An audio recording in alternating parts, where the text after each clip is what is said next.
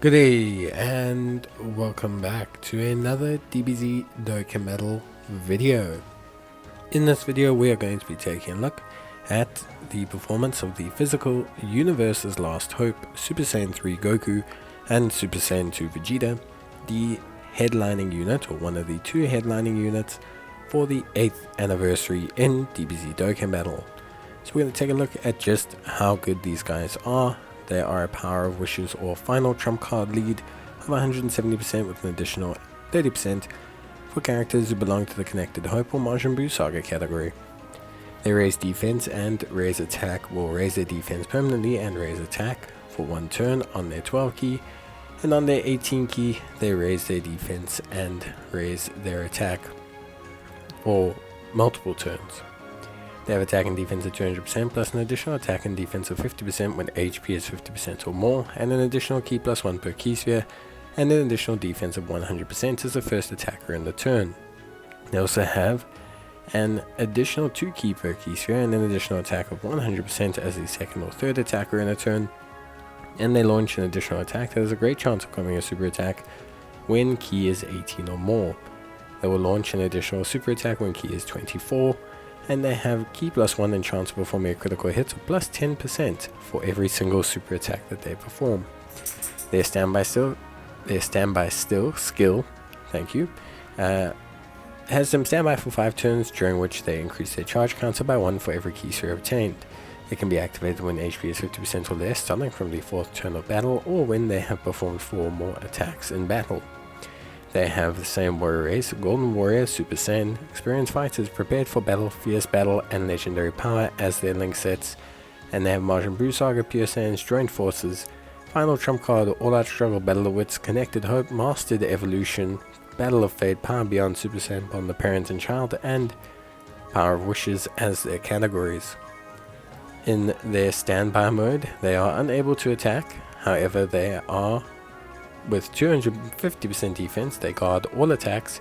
They will create rainbow key spheres for 4 turns, and they will reduce damage received by 8% for every single key sphere that they obtain. They will also retain the defensive stacks that they have received whilst they were in the state. So while they were, in their form, like stacking in their previous form.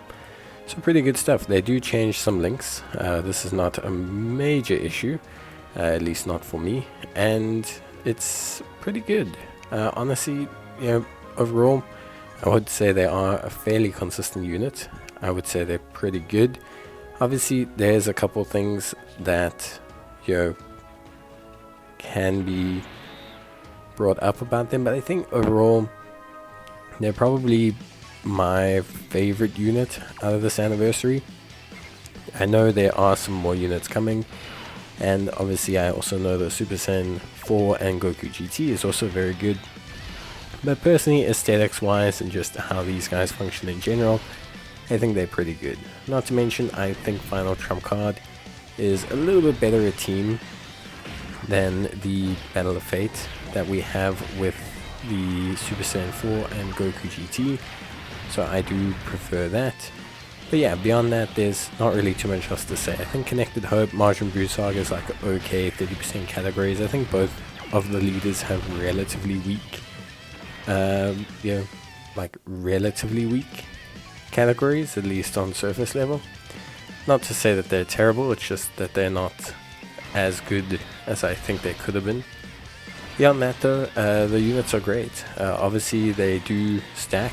And they stack pretty quickly, especially if you get their 18 key. That greatly raising defense along with their legendary stats means that they stack very quickly, and obviously at a rainbow level they stack insanely quickly, which is just one of those things. I think most players shouldn't really be surprised that they stack so quickly or they perform so well as a unit.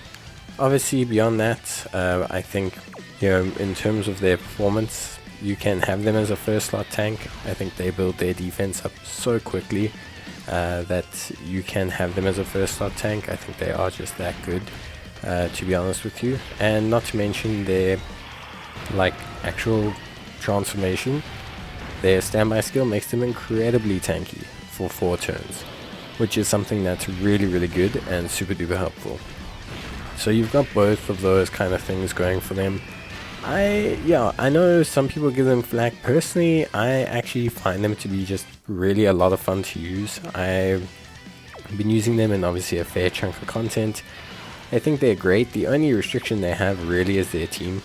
Like I said, I think both them and the SS4s have, or SS4, Vegeta and Goku, I just genuinely think their team leader skills are not great. I think Power of Wishes, if you have LR Belma, is a great category. I think if you don't have her, it's kind of if so. With her, you have like 2 or 3 of the top 5 units in the game, probably. Definitely, obviously, 3 of the top 10. And yeah, I think they do great. Obviously, the Spirit Bomb, as you can see here, is also super duper cool. Some people don't like the voice acting. I can understand that to a certain extent. I just, personally think it's great. I think it's just a ton of fun overall. And yeah, I would say, like, pretty good stuff. Obviously, the big thing about the Spirit Bomb is you can choose when to fire it off. So you don't actually have to fire it off, like, at a certain point. As long as you get the charge, you can start to fire it off. Obviously, the more you charge it, the bigger the attack bonus that you'll get. Not to mention, they are really honestly just a super huge unit when it comes to performance. Like, they are just very strong overall. So I think their defensive form is pretty strong. Like guarding, damage reduction, it's all very helpful. Yes, they can't attack, but probably one of the top, if not the top, tier tanks in the game. To be honest with you, in their standby state, they're probably one of the top, if not the top, tanks in the game. And I think that's something you can't really measure in a sense. Like, I think that's just something that's incredibly impressive. And yeah, I think they're up there. Like, especially after a couple stacks, they, like I said, they get quite tanky quite quickly. You can very easily see them go from like 220k defense to like 400k defense relatively quickly, and that's without putting in too much effort. So I think overall that combined with their just baseline functionality is very awesome. And plus, as you can see, the Spirit Bomb does a huge ton of damage. I mean, that's not even a max Spirit Bomb. That was just a standard Spirit Bomb. I think it's very good. Very good stuff. So yeah, for me, honestly, I'm more than happy with their performance. I think they're a great unit. Obviously at rainbow levels they look really super impressive.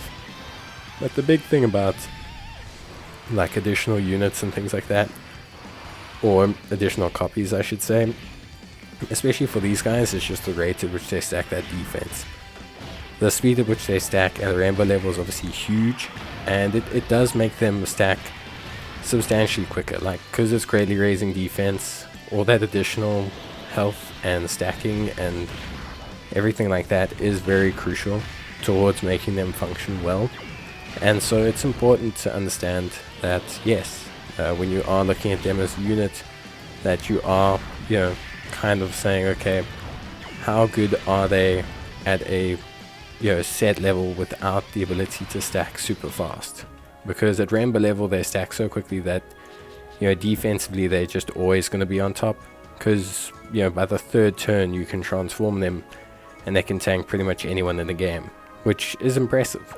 Obviously it's not a permanent transformation, like it's not like they become a permanent pseudo awesome tank, but it's going to be really clutch later on, and it gives them the ability to really just be a super front facing tank for the team and just soak everything up. The only thing they're realistically missing in that scenario is a bit of support, but yeah, honestly it's just not anything too crazy.